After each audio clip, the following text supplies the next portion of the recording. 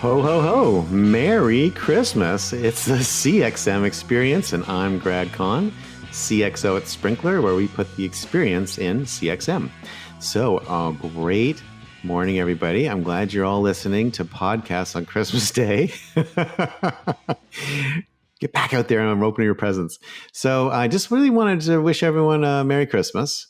I want to talk about one thing, which I think is kind of an interesting part of this whole experience, and just the way that time works sometimes when there's a special event. And so I want to talk a little bit about Christmas songs, and I want to talk a little bit about Christmas movies.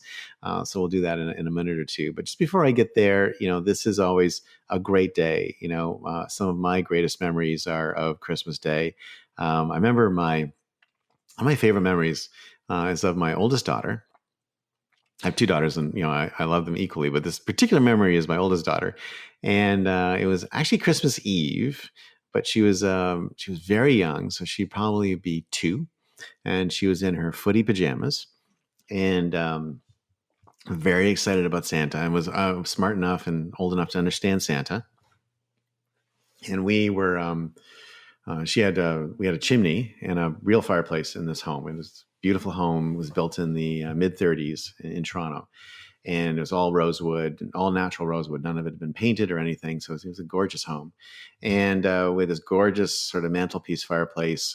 Really, it was all kind of Art Deco and carved, and then had this concrete insert that was from the time as well. And we had fires in there all the time. And we explained to her that Santa would be coming down the chimney, and we'd hung the stockings by the chimney with care. And I remember her going, it was like a Norman Rockwell painting. I remember her going to the chimney and leaning over and looking up to sort of see how Santa would come down. And it's so funny. It's such a vivid image, even though it's just a memory. We didn't have cameras or anything out, or, and it happened in a flash. But it's such a vivid memory. It's like it's a painting or a photograph. It's like something I look at every day. But it's not, just sits there. But I'll always remember that moment of pure childlike innocence and curiosity combined with a little toddler in a pink hoodie footy looking up the chimney. This is amazing. So this day is always full of great memories. One of my other favorite memories is actually a photograph. One of my most, I guess maybe one of my favorite pieces of art is a picture of my youngest daughter. So this is the other daughter now, again on Christmas Day. And this would be probably about 4 years later. So she's 2 at this point, and she's opening presents, and it's this flurry of presents. And when I took the photo, the camera jarred, and I took another one.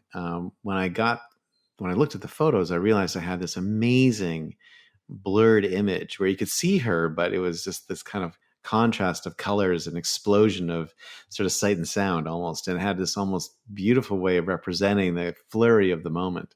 And so I actually had that blown up quite large and turned into, and printed out on canvas and turned into a painting, which to this day hung in my room. So that's the kind of all these great Christmas time memories. It's all about opening presents and kids, and then the cookies you bake and all the different things you are part of, and the traditions that you enjoy as a family. It's all fantastic, and just kind of embrace that. This is going to be a weird year. It's a weird year for everybody. I got stuck in Florida accidentally. It's a long story, but we had a whole Christmas plan in New York. It's all sitting there ready to be opened. We're not going to be there. We're here in Florida. We're still having a good time. Put up a big 7.5 foot pink Christmas tree covered in gold balls. It looks amazing. We've got Grinch decorations on the front lawn and lights on the house. So it's all good. It's all festive, but not exactly what we thought we'd be doing, and not the things I thought I'd be doing. Now, there are a couple of things that you do a lot at this time of year, and it's all about the way experience lands. And where I want to kind of relate this to experience is that experience is also very temporal. Like, certain things are appropriate at certain times. And so think about Christmas music. So there's the Holly channel, 105 on Sirius XM. So I'll listen to that constantly in the car, and listen to Christmas music on Alexa constantly over the last month. It's been Michael Bublé and all the usual Christmas music. And it's so wonderful, and it's so appropriate, and it's just such a great way to really just really sink into the holiday until tomorrow. Well, and many of these chase stations actually go off the air tomorrow, but it'll seem super weird tomorrow. It's funny how maybe a couple maybe Christmas songs, but it's just, and there's no real great Boxing Day song tradition if you're Canadian or British, but but yeah, suddenly Christmas music seems really like no. No. Now, maybe in July, there's this Christmas in July thing that Hallmark's been doing that sort of 6 months from now, or kind of like Christmas is a long time in the past and still feels like it's a long time in the future. That Christmas in July is gaining popularity and is kind of fun, but Christmas in late December just doesn't feel right. It's the end of the year. It's when you reflect on the new year. It's when you reflect on the year that's passed. It's Christmas is over. The other thing are Christmas movies. I've actually probably done a better job on Christmas movies this year than I've done in years. And classically, I have a whole plan on all the movies I'm going to watch. I never see any of them. And then suddenly it's after Christmas and it just feels like sad.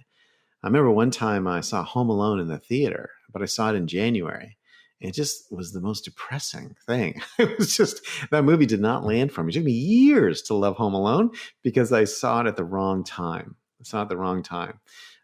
So this year I did see a new movie called Arthur Christmas. I don't know if you've seen Arthur Christmas, but it's a brilliant piece of animation on how the modern Santa Claus makes sure all the presents get delivered on time. If you haven't seen it, you've got to watch it. It's absolutely fabulous. But I've been able to see Scrooged in Holiday Inn, and White Christmas, and The Holiday. Oh, that's a great one. And Love Actually is coming. That'll be tonight. But just like have a chance to kind of really Miracle on 34th Street is going to be Christmas Eve. So it's going to be the kind of that's sort of the corpus of movies that you sort of want to see. But it's interesting how hard it will be to watch them the last week of December. And it's so funny because you're often so busy leading up to Christmas that you don't sometimes get a chance to actually see the movies. So it's like this kind of odd conundrum. I do think that Hallmark's done an amazing job of creating this Christmas culture. And they've done, I think, an incredible job of creating Hallmark as a destination. And they've got this really great sort of zone now where you basically just go to Hallmark, dial it up, turn it on, and let it run. Just let some Christmas stuff around in the background. You may not even see the whole movie. You don't even need to see the whole movie. Actually, the plots are pretty straightforward. But it's there in the background to create that. And so where it comes to CXM is that the point is this radical transformation that occurs where something is so deeply appreciated and so wonderful one day and so inappropriate the next day. Think about that in your own customer experiences. What's the temporal moments in your customer journey? What's the right time to make suggestions on new things to buy? What's the right time to make suggestions on things to add? What's the right time to talk to your customers, not talk to your customers? And I do think that the temporal component of how we deliver experience is often not reflected or thought through. If you think about most marketing automation journeys, they actually follow a path that is next step, next step, next step, without any necessarily regard to time. And so look at the inappropriate emails you'll get at this time of year. On Christmas Day, you'll be getting emails about things that you're not going to really probably read because they're trigger events that are firing without necessarily thinking about the day they're firing them on. And I've talked about this before. I have this hobby horse, which is every day is a day, right? So every day is like, today's a National Snowflake Day, or today's National Red is Blue Day, or whatever. And or this is the month, this is whatever kind of month it is, or this is the year of, right? So there's always some kind of moment that humans are creating. And if you layer them all, there's hundreds of days probably per day and many, many months per month. But you could leverage that. Marketers could use the moments that are being created and then use the likes that we now know from modern channels and more tightly link a temporal component and experience to the message that they're pitching. I think be more effective. So let me bring it back to Christmas, but I was going geeking out on the marketing stuff for a second, but back to Christmas. So Merry Christmas, everybody. I will be back for Boxing Day, but Merry Christmas. Have a wonderful day. enjoy your Christmas meal, whatever that happens to be. Make sure that you let the Grinch carve the roast beast, and have a wonderful and happy holiday. For the CXM Experience, I'm Grad Khan, and I'll see you next time.